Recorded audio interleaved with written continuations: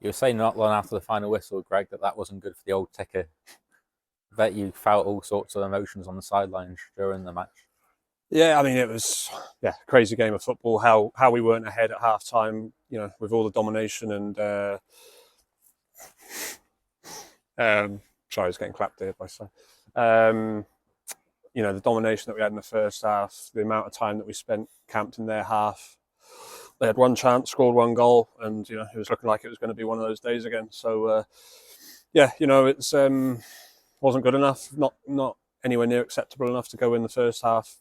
Not ahead, and then you come out 3 or 4 minutes after half time and you go 2-0 down, and then you think girls could drop their heads, throw the towel in, it could be game over. But the way every single player reacted was the most pleasing thing that I've seen this season. And I said at half time there was only going to be one winner, and we 2-0 down, they rolled the sleeves up, they got on with it, and and they proved that and won out winners in the end. Maybe not comfy winners, 4-2. I thought the game was done and dusted, and then they've obviously nicked one at the end as well. So yeah, like I say, heart rate wasn't doing overly well come the final whistle, but settled down a bit now, and obviously great 3 points. It was some comeback from 2-0 down to then take a 3-2 lead. That shows the determination from this group of players, as they've shown many times before.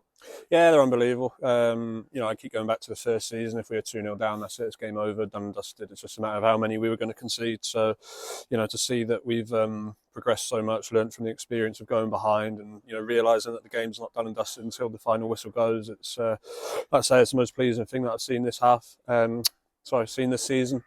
So, we were deserved winners. It should have been a lot more comfy than it was. We're always going to score goals, but it's not acceptable that we conceded 3 goals today, especially against a team that had only scored 7 goals all season before now. So, but on the flip side, they'd only conceded 7 goals. So to score 4 goals against a defence like that is just shows what we are capable of. And all the goals, I must say, were all very good finishes, especially the last one where it looked like Caitlin was crossing it into the box, and then it ended up going right into the top corner of the net. Yeah, well, yeah. If it was a cross, I wouldn't say it was a nice finish, but hopefully she says that she meant it, and she saw the keeper off the line and she went to lob at the far post. I certainly would be saying that if I'd done it. But no, like I say, we've got quality. Ella's goal from outside the box, a brilliant finish, brilliant touch and finish, and that came from Caitlin's good work. Beth Lewis from the spot again. I think that's 11 in a row. And it's nice to see her mixing up what way she's going now rather than going the same way every time. So that's, the keepers have got to guess now which way she's going to go rather than being overly predictable. So there's so many pleasing things today. And the girls are really buzzing up there. Obviously, results going our way means that we go 4th now, 2 points clear, I think. So 2 very winnable games before Christmas now. So we just want to open up a bit of a gap and get that top 4 spot secured as soon as possible. What was going through your head and added on time during today when Aber got that third, and then during the last 30 seconds to a minute, it was all hands on deck? Yeah, no, I think the girls realised what was going on. There was no point in me shouting on and screaming and losing my head, because obviously that's just going to put the girls into panic stations. So they managed the game really well. Obviously just a bit of a freak goal, really, long range free kick off the underside of the bar.